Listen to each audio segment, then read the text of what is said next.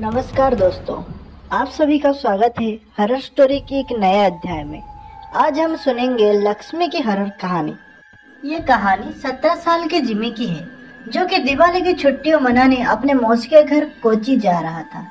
Jimmy का परिवार उसके मौसी के गांव में घुसा ही था कि जिमी को बहुत तेज प्यास लगी और उसके पापा ने साइड के एक दुकान पर गाड़ी रोक दी। तभी जिमी के पापा को कुछ लोगों की भीड़ दिखी। वहाँ आसपास खड़े कुछ लोगों से पूछने लगे कि भीड़ क्यों लगी हुई है। कोई कुछ जवाब देता उससे पहले ही जिमी की नजर भीड़ के बीच में पड़ी एक औरत के लाश पर गई। उस लाश को देखते ही जिमी को ऐसा लगा कि कोई परछाई उसे छूकर गुजरी है।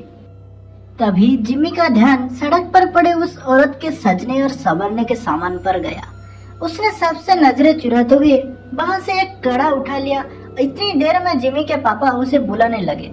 उसने जल्दी से वह कड़ा अपनी पॉकेट में रखा और वहाँ से चला गया।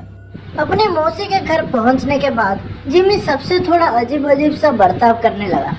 उसके घर वालों को लगा कि वह उस सड़क पर लाश को देखकर डिस्टर्ब हो गया है, पर जिमी का ध्यान अभी भी उसके पास रहे उस कड़े पर था।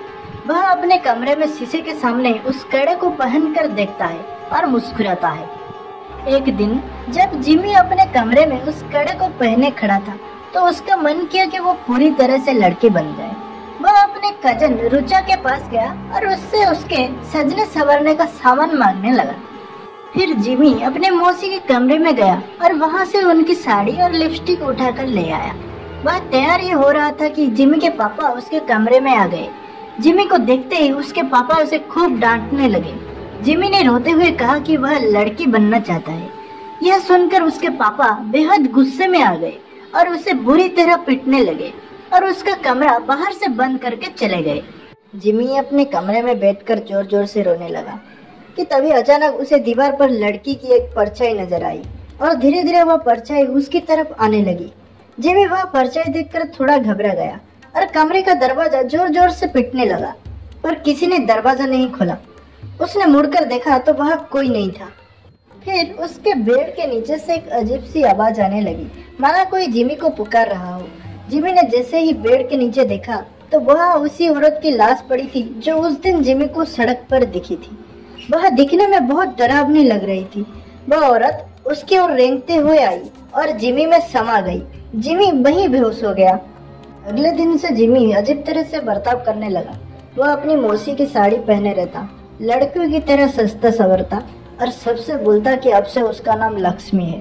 कभी कभी वह जोर जोर से चिल्लाता और सारा घर सर पर उठा लेता, तो कभी किसी कोने में दुबक कर बैठ जाता और डरा डरा सा सहमा हुआ रोता रहता। एक दिन रोते रोते उसने अपने माँ से कहा कि वह लक्ष्मी है और उसे हर जगह शैतान नजर आते हैं और वो उसे आकर मार देंगे। उसने कहा उन शैतान के पैर उल्टे हैं, दांत खून से सने हुए हैं और लंबे लंबे नाखून हैं जिनसे वो उन पर हमला करना चाहते हैं। जिमी की हालत दिन पर दिन खराब होती जा रही थी, लेकिन वह रोज लक्ष्मी बनकर सस्ता संवरता और अपना कमरा बंद करके नाचता रहता।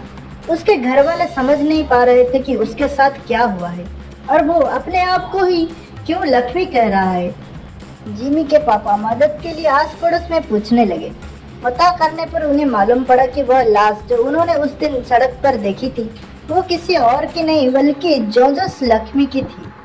जोजस एक लड़के से प्यार करता था और वह अपना नाम बदलकर लक्ष्मी भी इसलिए रखा था। वो दोनों एक दूसरे से शादी करना चाहते थे, लेकिन जोजस के घर वालों की वह मंजूरी नहीं था कि उनके लिए ऐसा करना एक बहुत बड़ा पाप था और गांव में हो रहे बदनाम की वजह से उन्होंने जोजस यानी लक्ष्मी को सबके सामने मौत के घाट उतार दिया है। यह बात सुनकर जिमी के पापा के रोंगटे खड़े हो गए।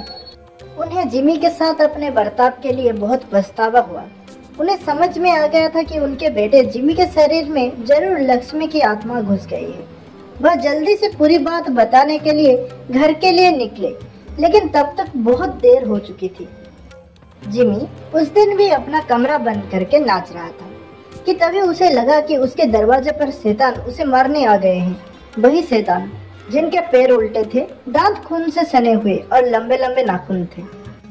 जिमी घबराहट के मारे जोर जोर से चिल्लाने लगा। उसके बाकी घर वाले जब तक वह दरवाजा तोड़कर अंदर घुसे, जिमी का शरीर पूरी तरह से अकड़ चुका था। वो तुरंत उसे हॉस्पिटल लेकर भागे। डॉक्टर ने बहुत कोशिश की और वह किसी तरह जिंदा बच गया। जब जिमी के पापा ने सबको जोजोस की कहानी बताई, तब सभी परिवार वालों को जोजोस के लिए बहुत दुख हुआ और उन्होंने जोजोस के लिए प्रार्थना की। और जब उन्हें जिमी के पास वो कड़ा मिला, उन्होंने वो भी जोजोस की कब्र के साथ गड़वा दिया। कुछ दिनों बाद जिमी बिल्कुल ठीक हो गया। आज उसे लक्ष्मी के बारे में कुछ भी याद नहीं, लेकिन लक्ष्मी की तरह कई ऐसे लोग हैं जिनको गलत समझा जाता है और उन्हें उनके पसंद के लिए लोगों का बहुत बुरा बर्ताव सहना पड़ता है। यहाँ तक कि कई लड़कों को लड़कियों से प्यार करने के लिए और कई लड़कियों को लड़कों से प्यार करने के लिए लोग उन्हें मार डालते हैं। यह कहानी भले ही एक काल्पनिक कहानी है, लेकिन इस कहानी में एक बहुत जरूरी मैसेज छुपा हुआ है। सबको प्यार करने का हक है और हम सभी को हर इंसान के प्यार की कदर करनी चाहिए।